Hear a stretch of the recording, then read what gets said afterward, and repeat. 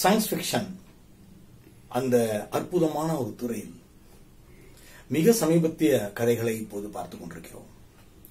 அதில் ஒன்றுதான் இன்றைக்கு நாம் பார்க்க போகும் சானிட்டி தி அவேக்கனிங் என்கிற கதை. எரிகா கிங் என்கிற ஒரு இளைஞர் எழுதிய கதை. எரிகா கிங் என்கிற இந்த இளைஞர் கனடாவை சேர்ந்தவர். அழகாக அவருடைய பல கதைகள் இன்றைக்கு இணையத்திலும் பல இதழ்களிலும் வந்து கொண்டிருப்பதை நாம் பார்க்கிறோம். இந்த சானிட்டி தி அவேக்கனிங் கதை எப்படி ஆரம்பிக்கும் அப்படின்னா, ஒருத்தர் கண்ணை திறந்து பார்ப்பாரு, கண்ணு முழிப்பாரு, முடிச்சு எழுந்துக்கலாமா வேண்டாமா, பெட்ல இருந்து எழுந்து உட்காரலாமா அப்படின்னு யோசிப்பாரு. எங்க பார்த்தாலும் ஒரே இருட்டா இருக்கும். திரும்ப இருட்டா தானே இருக்கு, தூங்கிடலாமா அப்படின்னு நினைப்பாரு. அப்போ பிங்க் பிங்க்னு பக்கத்துல இருக்கிற ஒரு செவுரு, அதுல ஒரு பெரிய ஸ்கிரீன்ல பிங்க் பிங்க்னு அடிச்சுக்கிட்டே இருக்கும். நம்மளதான் அது எழுப்பிடிச்சு போட்டிருக்கு அப்படின்னு சொல்லி பார்ப்பாரு. எதுவுமே அவருக்கு ஞாபகம் இருக்காது. எழுந்து உட்காருவாரு.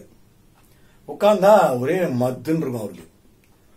எத்தனை நாட்களா தூங்கினேன்னு தெரியல, நான் யாருன்னு தெரியல, ஒன்னும் புரியலையே அப்படின்னு சொல்லிட்டு இப்படின்னு திரும்பி பார்ப்பாரு.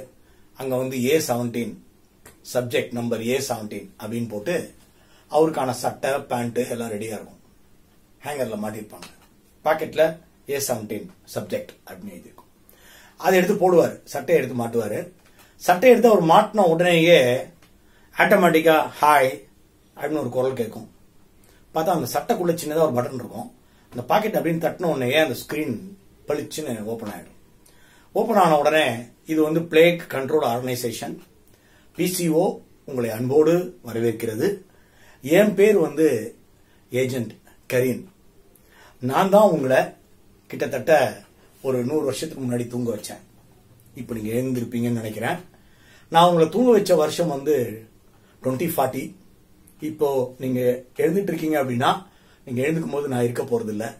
என்னோட சேர்ந்து அப்ப இருந்த எந்த மனிதர்களும் இருக்க போறது இல்ல. இதுதான் துயரம். ஒரு குறிப்பிட்ட காலத்துக்கு பிறகு உங்களுக்கு நான் இப்போ ஒரு விஷயத்தை விளக்கணும். முதல்ல நீங்க ட்ரெஸ் பண்ணிக்கோங்க. கம்ப்ளீட்டா நீங்க ட்ரெஸ் பண்ணிட்டே என்ன கவனிக்கலாம்.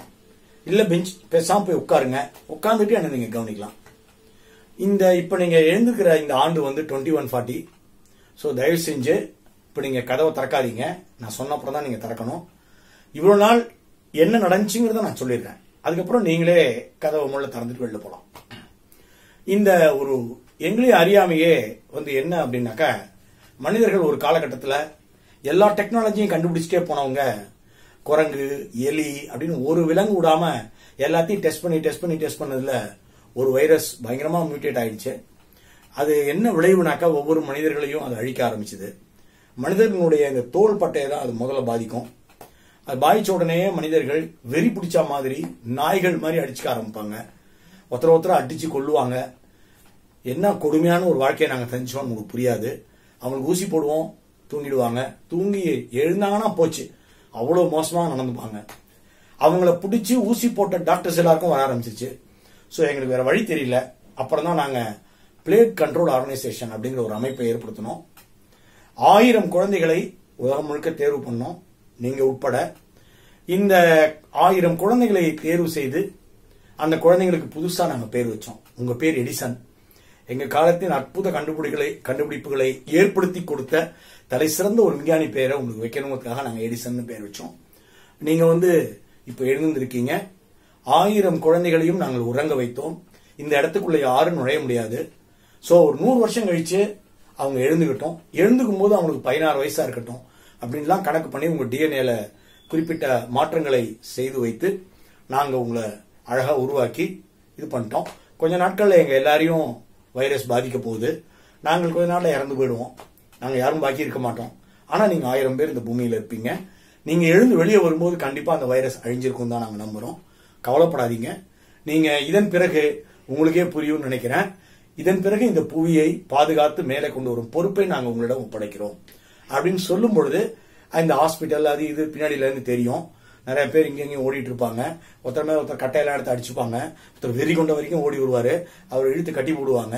கட்டி போட்டுட்டு இருக்கிற ஒருத்தருக்கு அந்த நோய் பரவ ஆரம்பிக்கும். அதற்கப்புறம் என்ன செய்யறதுன்னு தெரியாது. ஒரு ஊசி போடுவாங்க. ஒவ்வொருத்தரா தூங்க ஆரம்பிப்பாங்க. இப்படி பின்னாடி பின்புலத்துல அதெல்லாம் காமிச்சுக்கிட்டே இருக்கும்.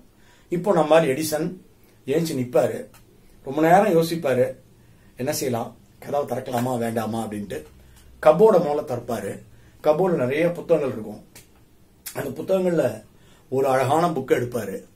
அந்த புக்கை அப்படின்னு புரட்டுவாரு. அந்த அழகான அந்த புக்கை புரட்டி அப்படியே ஒரு 2 நிமிஷம் அதை ஒரு 4-5 விஷயங்கள், அது என்ன வேர்ல்ட்ஸ் பெஸ்ட் கொட்டேஷன்ஸ் அப்படின்னு போட்டிருக்கோம். அந்த கொட்டேஷன் புக்கை அப்படியே புரட்டுவாரு. பக்கத்துல இன்னொரு புக் இருக்கும். அந்த அற்புதமான புத்தகத்தை கையில் எடுப்பாரு. அந்த புக்கையும் புரட்டுவாரு. இதெல்லாமே கொஞ்ச நேரம் நடந்துகிட்டு இருக்கும்.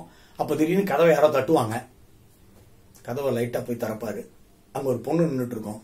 பாத்தீங்களா வீடியோவை அப்படின்னு கேட்கும். உள்ள ஓடி அவருக்கு கை கொடுக்கறதுக்காக கையை நீட்டும்.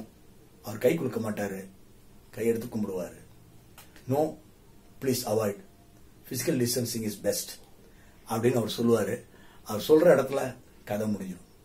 மிக அழகான ஒரு த்ரில்லிங் கதையை நமக்காக எரிகா கிங் வழங்கியிருக்கிறார். வேறு ஒரு அற்புத கதையோடு நாளை சந்திப்போம். நன்றி.